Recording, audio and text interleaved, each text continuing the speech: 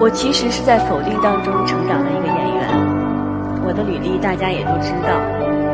是有幸从一个8分钟短片的选秀开始，我当上了演员。前7年我一直在演配角，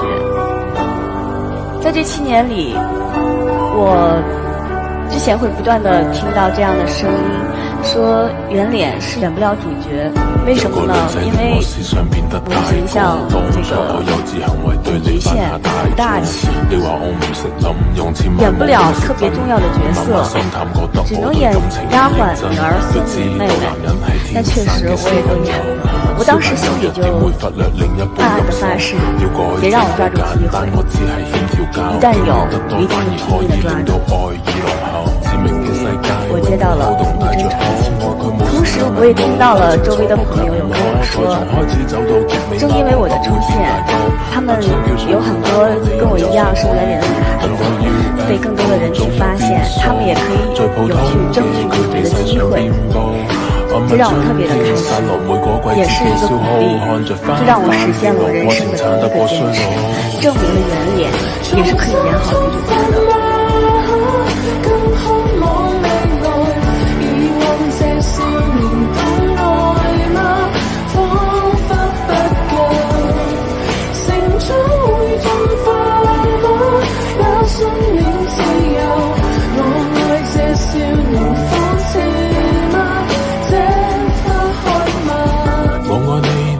追我做配合，但你與我這過程細緻給我培訓，